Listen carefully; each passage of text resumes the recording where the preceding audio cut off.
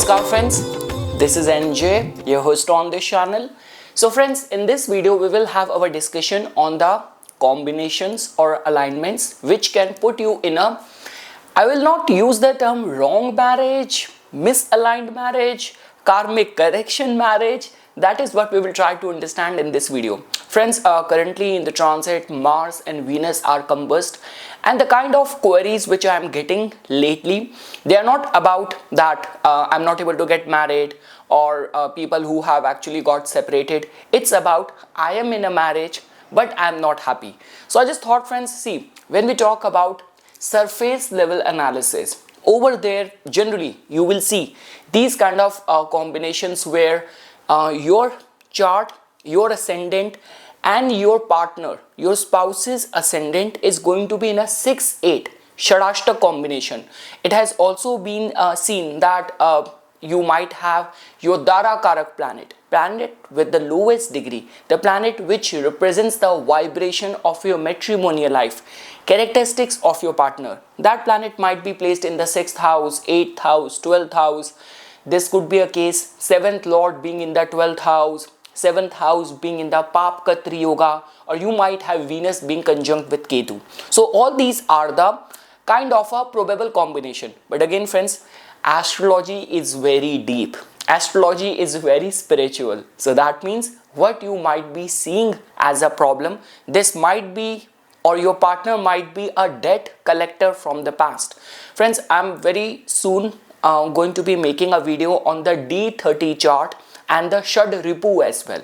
But over here friends, now before we will get into the narration part, we will try to look at all aspects, all attributes of it. So this discussion is not about whether you are married or whether you are separated. It's about you are destined to be in a marriage which from your thought process looks like to be wrong or incompatible. So we will try to get into the nitty-gritty. Friends, there have been many instances, right? Sometimes the shock which you get in the life, that actually changes the course of your life and somehow connects you with the higher purpose. We can even take up the case of the saint from India, Tulsi Das ji, only because he was reprimanded by his wife that he found that eternal love for the Lord Ram. So there are many combinations. What you are seeing as a problem, as a suffering, as incompatibility, that might be a soul evolution or karmic correction. So we'll try to get into the nitty-gritty of that, friends. So okay, now after this, on this note, now we will switch to the narration part of trying to decode what seems to be like a wrong marriage in your life. Some marriages give companionship, some give children, some give status, and some give awakening. So namaskar friends, so this video is not for the casual astrology learners. This is actually for those who repeatedly attract emotionally wrong partners, feel bound yet unloved, sense that marriage became punishment, not pleasure, or intuitively know this relationship is karmic, not romantic. So friends, in Jyotish, wrong marriage is never random. It is precisely engineered karma. And once you see it clearly, you stop blaming yourself, your partner, or fate. So now comes the question that from the Vedic astrology pantheon, like what is a wrong partner in Vedic astrology? So friends, let me be very clear and blunt over here. A wrong partner does not always mean immoral partner, unfaithful partner, unattractive partner, or socially incompatible partner. A wrong partner means misaligned with your soul's evolutionary direction. In Sanskrit, such unions are called as Ranbandhan Vivaha, like debt binding marriage, or Sodhan Sambandh, purification relationship, or Prarabdh Vibha, destiny marriage, not choice based. So this is why intelligence fails in these kind of alliances. Friends warn you, red flags are ignored, astrology itself gets overridden because Prarabdha karma does not negotiate. So friends, like now comes the question that which all are the categories of wrong marriages. When I say that, I'm sure that you would have understood the gist. When I say wrong, I did not mean that you start doubting the character of your partner. I did not mean that. So simply put, if I were to put it in a category, like three categories of the wrong marriages, so the type 1 is going to be the debt based marriages, over where you will see that Saturn is going to have a major say. So the astrological signatures for a debt based marriages are, this could be Saturn influencing the 7th house or the 7th lord, 7th lord in the 6th house, 8th house or the 12th house, Saturn Venus conjunction without Jupiter's benefic aspect, or in the D9 chart, Venus under Saturn's dominance. So see, this will give you experiences in the marriage like relationship will feel like duty, emotional dryness, caretaking instead of companionship. You stay because you must, not because you want to. So Saturn gives endurance, not joy. Marriage becomes like tapasya. This marriage ends only when karma is repaid or Saturn gives inner detachment. Now friends, the another category could be illusion based typical Rahu marriage. The astrological signature for that could be Rahu in the first or in the 7th house axis, Rahu aspecting Venus, D9 Lagna under Rahu, or Gandanta Nakshatra involvement. So you will see that in these kind of alignments where, like, Rahu in the first house, 7th house, in the D9 Lagna, Rahu is over there in the first house. So you will see that there is going to be instant attraction, which might become like an obsession. You will feel that, okay, this feels fated. Massive disillusionment after marriage. So Rahu creates projection, not the reality. You fall in love with potential, not person. And when Rahu mature around 42, the illusion collapses. Either truth arrives or separation happens. Now friends, the third category or the third type is punishment or correction marriages, where you will see that Ketu and afflicted Venus will be involved. Like the typical astrological signature for these kind of marriages could be Venus conjunct Ketu in the chart, Venus hemmed by malefics, like it is kind of in a Papkatri yoga, Saturn on one side, Mars on another side, 7th lord with Gulika or with Mandi, or repetition, the same repetition in the D60 of the relationship trauma. So the lived experience of this is going to be emotional cruelty, betrayal, humiliation, loss of self-worth. So this is past life misuse of the love returning for correction. This marriage exists to break dependency, destroy ego-based desire, or force self-respect. Now friends, now comes the question that why the soul chooses the wrong partner, right? I'm sure that so far you would have understood that everything happens for a reason. And here we are not decoding the chart on the parameters of partner being loyal or partner being unattractive. Just simply put, why the soul has chosen this person. So the very first reason for that could be karma exhaustion. Like the general indicators of that is like Ketu is dominant. In the D9 chart, you have 7th lord in the 12th house, strong moksha house activation. So the purpose is finish old karma, not start new life.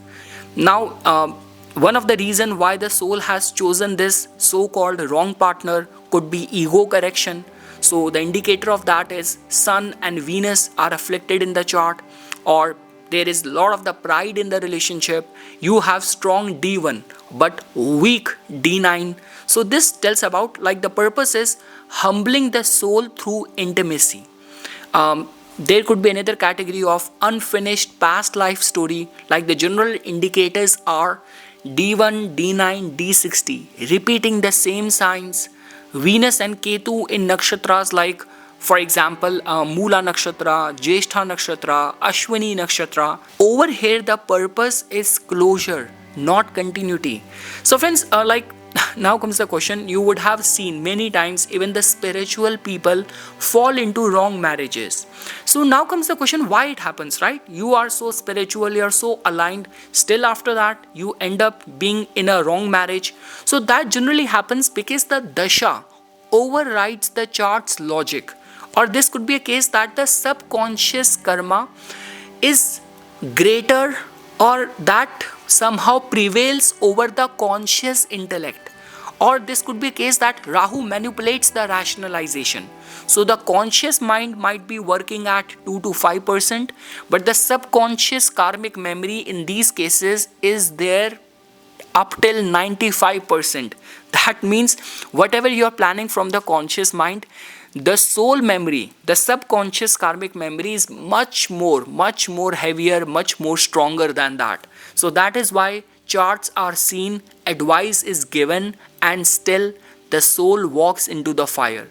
Now friends, comes the question, like from the Navamsa, the final truth somehow always gets revealed through the Navamsa.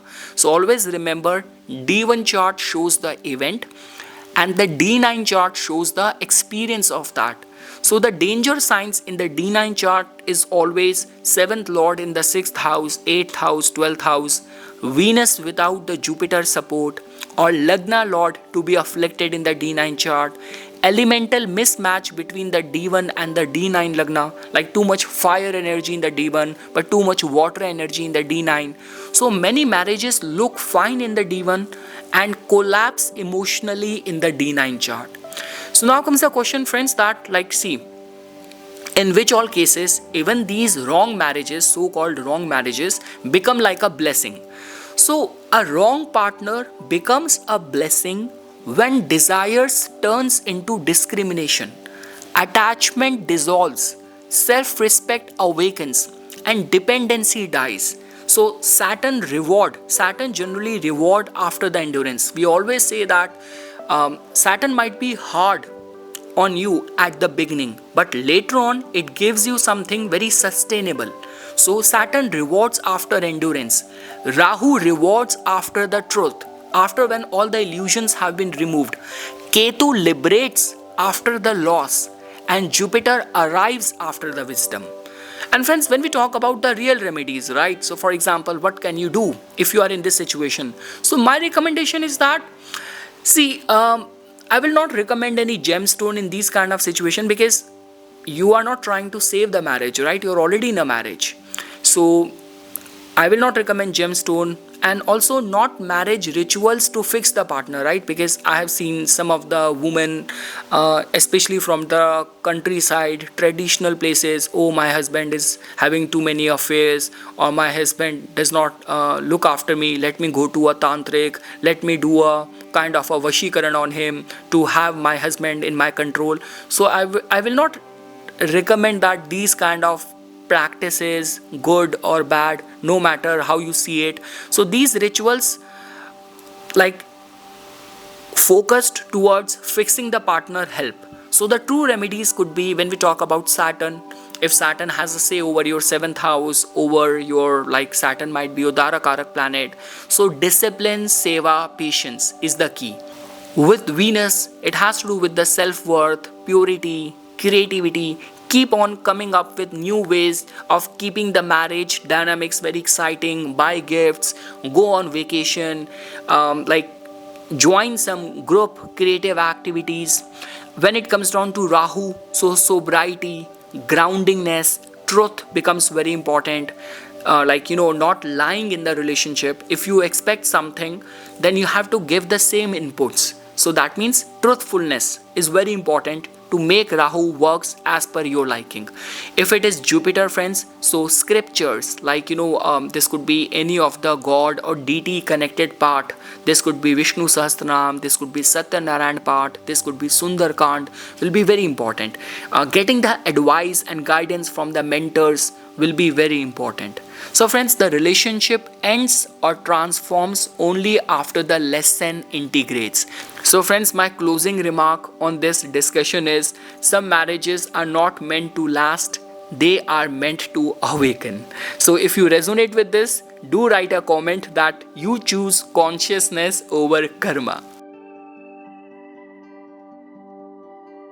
Okay friends, this is something which I wanted to say as a part of my inputs. Once again, thanks a lot for watching this video. I always say this thing, it's a research platform. We all learn from each other. So whatever your observations are, whatever is getting applicable in your life, in your case, the circumstances in which you got married, whenever you have got any betrayal, any heartbreak up in the life, how it has changed the course of your life. Does it happen like at the time when you were having your most severe breakup, somehow at the same time you got some mega life opportunity as well?